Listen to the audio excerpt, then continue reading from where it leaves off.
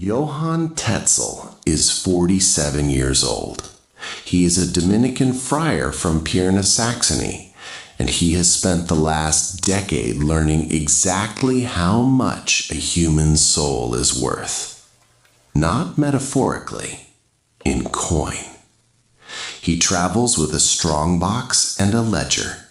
He has developed a tiered pricing system, a sliding scale of sin, where a peasant's adultery costs less than a nobleman's murder because the peasant has less money, and Tetzel is above all practical. His employer, Archbishop Albrecht of Mainz, gets 50% of every florin collected. The other 50% goes to Rome, to the Vatican, to Pope Leo X, who needs to finish building St. Peter's Basilica and has decided that the dead can pay for it. Tetzel's most famous line, documented, repeated in contemporary sources, burned into the memory of a continent, is this: "As soon as the coin in the coffer rings, the soul from purgatory springs." He believes it, or he acts like he does. By 1517, that distinction no longer matters. To understand what Tetzel is selling, you have to understand what medieval Europeans believed was waiting for them after death. Purgatory was not a metaphor. It was a place, as real to a 16th century German farmer as his own village, where souls burned away their remaining sins before entering heaven. The duration of that burning could be centuries, and the Church, from at least the 12th century onward, had established that certain acts of piety could reduce that time: prayers, pilgrimages, donations. These reductions were called indulgences.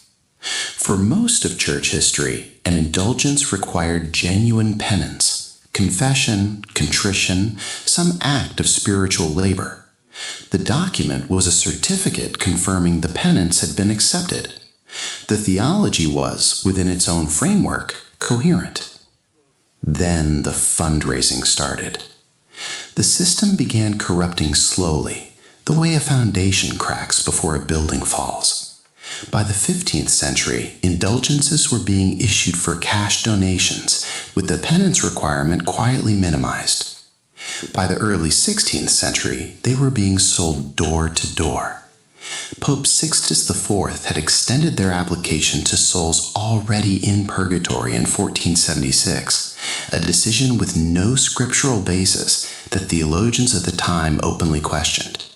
The Vatican's response to those theologians is not recorded. Their questions, however, are: when Leo VIII inherited the papal throne in 1513, St. Peter's Basilica had been under construction for 8 years and was hemorrhaging money.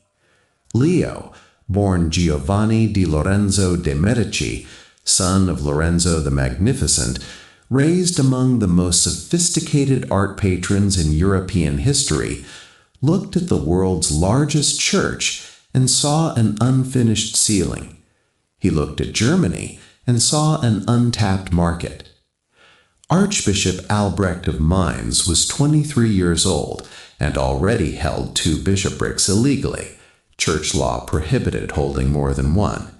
He wanted a third, the Archbishopric of Mainz. Rome had a price for the dispensation, 10,000 ducats. Albrecht didn't have it. The Fuggers banking house of Augsburg loaned it to him, and Leo approved the deal with one condition. Albrecht would run an indulgence campaign across his territories, splitting the proceeds 50-50 with Rome until the loan was repaid. The Fuggers, to ensure their investment, sent representatives with Tetzel to count the money. Salvation became a subscription model, and the payment processor was a German bank. Tetzel arrived in towns like a traveling carnival, and in a world without television, cinema, or newspapers, he functioned like all three simultaneously. He entered with a brass cross bearing the papal arms carried at the front of his procession. Church bells rang. Local clergy came out to meet him. He preached in the marketplace or the nave, whichever held more people, and his sermons were not gentle, they were targeted. He described purgatory in physical terms. He told parents that their dead children were burning.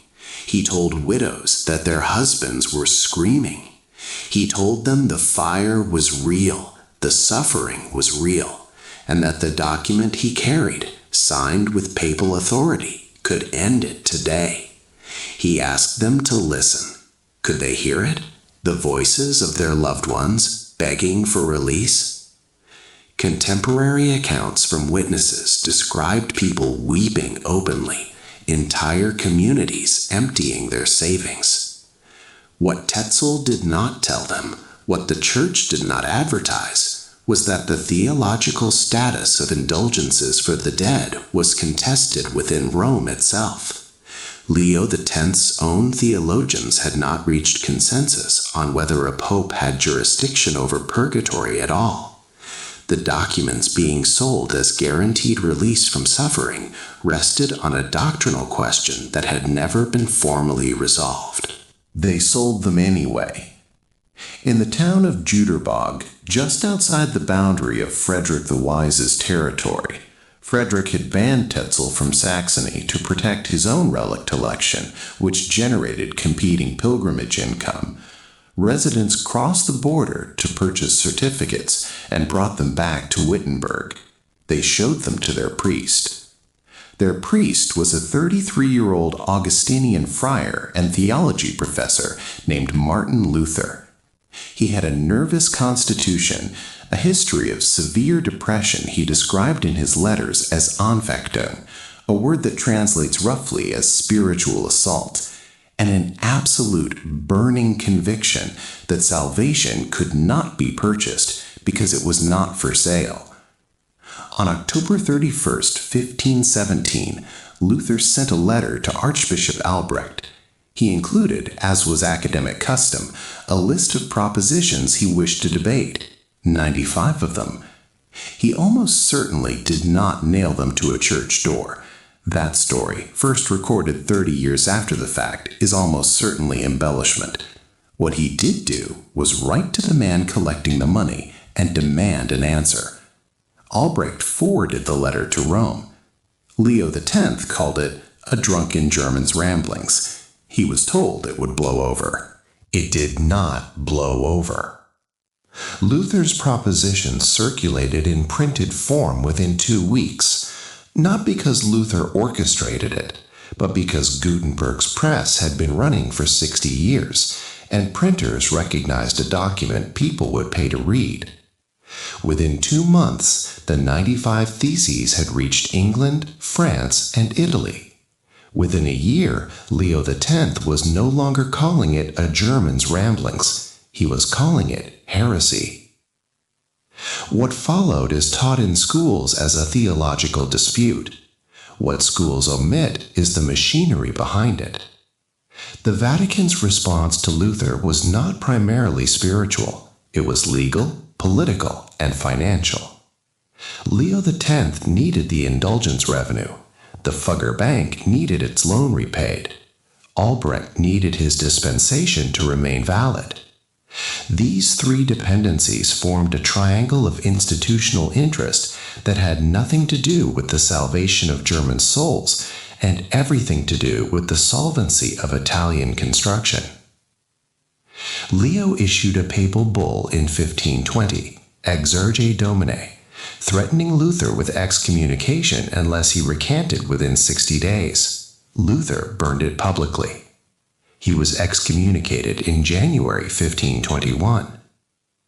At the Diet of Worms that same year, Luther stood before Holy Roman Emperor Charles V and a full imperial assembly. He was given one question: would he recant? His answer, "Here I stand, I cannot do other," is almost certainly a later embellishment. The documented record shows he said he could not go against his conscience. The sentiment is the same. The drama is real, even if the exact words are constructed. But what happened next is documented precisely and almost never discussed. Charles V, a devout Catholic, wanted Luther arrested and executed. Frederick the Wise, Luther's prince protector, had him kidnapped on the road home, staged, prearranged, protective, and hidden in Wartburg Castle for 10 months. Frederick never met Luther in person. He protected him entirely through intermediaries, maintaining plausible deniability with the emperor while sheltering the man dismantling the church. Frederick the Wise, it should be noted, owned 19,013 holy relics, including what he claimed was a piece of the burning bush and a vial of the Virgin Mary's breast milk, and had built an entire pilgrimage economy around them. His opposition to Tetzel's indulgences was not theological purity, it was market competition. The kingdom of heaven had a competitor analysis problem. Meanwhile, in the territories where indulgent sales had been heaviest, something was breaking that no papal bull could repair. Peasants who had emptied their savings, who had sold grain stores, borrowed from neighbors, denied their children food, to purchase certificates guaranteeing their dead parents' release from purgatory, were now being told those certificates might be theologically invalid. That the church had sold them something it could not guarantee. That the debt was real, but the product was disputed. No refunds were issued, not one.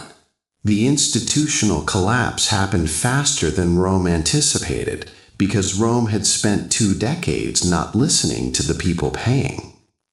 By 1525, the Peasants' War had killed between 70,000 and 100,000 people across German-speaking territories, the largest popular uprising in European history before the French Revolution.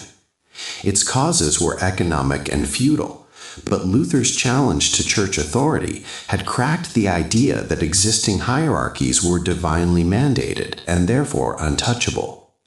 When peasants cited Luther and their demands, Luther himself recoiled, writing a pamphlet urging German princes to slaughter them like mad dogs. They did. The peasants had misread him. He was challenging papal authority, not all authority.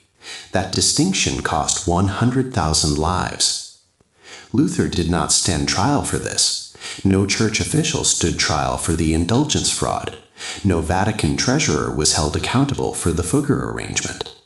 Albrecht of Mainz continued as archbishop until his death in 1545, the same year the Council of Trent began the Catholic Church's formal self-examination, and admission in institutional language that something had gone wrong, issued 28 years after Tetzel's strongbox opened in Jüterbog. Johann Tetzel died in 1519, before the full consequences detonated. He died in Leipzig, in ill health, having been publicly humiliated by Luther's associate Andreas Karlstadt in a formal debate. Luther, when informed of Tetzel's death, wrote to him a documented letter, telling him not to be too distressed, that he had not started the trouble, that others had. It was, by any measure, the kindest thing anyone said to Tetzel in his final years. His own order had distanced itself from him. Albrecht had stopped corresponding. Rome had moved on. The strongbox is not mentioned in any inventory of his estate. What the Reformation produced, and what no textbook introduction adequately conveys, was not just a new branch of Christianity. It was the first fracture in the idea that a single institution could hold a monopoly on European meaning. Within 30 years of Tetzel's traveling sales operation, Europe had splintered into Catholic, Lutheran, Calvinist, Zwinglian, and Anglican factions. The wars that followed, culminating in the 30 Years' War between 1618 and 1648, killed approximately 8 million people. 8 million people. The proximate cause, traceable in documents, in Fugger bank ledgers, in Albrecht's loan application, in Leo X's building budget, a financing gap in a construction project in Rome. They needed money for a ceiling. The floor opened up instead. Return to Johann Tetzel, not the caricature, the man. He was not an architect of corruption. He was a functionary who executed policy efficiently, believed in what he sold with the sincere conviction of someone who had never been asked to question it, and was discarded the moment he became a liability. The system that used him protected none of its instruments. It protected only itself. The peasant families who bought his certificates, who went without meat through winter, who pulled their children from whatever rudimentary schooling existed, who told themselves it was worth it because grandmother would not burn, those families received nothing, no acknowledgment, no correction, no returned florin. The Council of Trent, when it finally addressed indulgences in 1563, quietly reformed the practice while carefully avoiding any language that might suggest the previous practice had been fraudulent, because if it was fraudulent, the certificates were void, and if the certificates were void, the dead were still burning. The Church could not say that, so it said nothing, in careful, beautiful Latin, and called it reform. Martin Luther died in 1546, 2 months after the Council of Trent began. He died of heart failure in the city of his birth, Eisleben, having lived long enough to see his movement consume everything he had built and become something he frequently stated he did not recognize. He spent his final decade writing about Jews with a viciousness that his later admirers have spent centuries minimizing. His 1543 pamphlet on the Jews and their lies recommended burning synagogues and forcing Jews into labor. It was consulted, by name, in the 20th century. He did not intend that, but intentions are not the unit of historical measurement. Your grandfather, if he was European and Catholic, knelt before an institution that sold his ancestors a lie and never apologized. If he was Protestant, he knelt before a Reformation that began as a theological objection and ended as the justification for a century of war. Neither branch sent a letter of apology to the families of Jüterbog. Neither branch ever will. Salvation was the product, guilt was the supply chain, and the factory never closed. It just changed its name.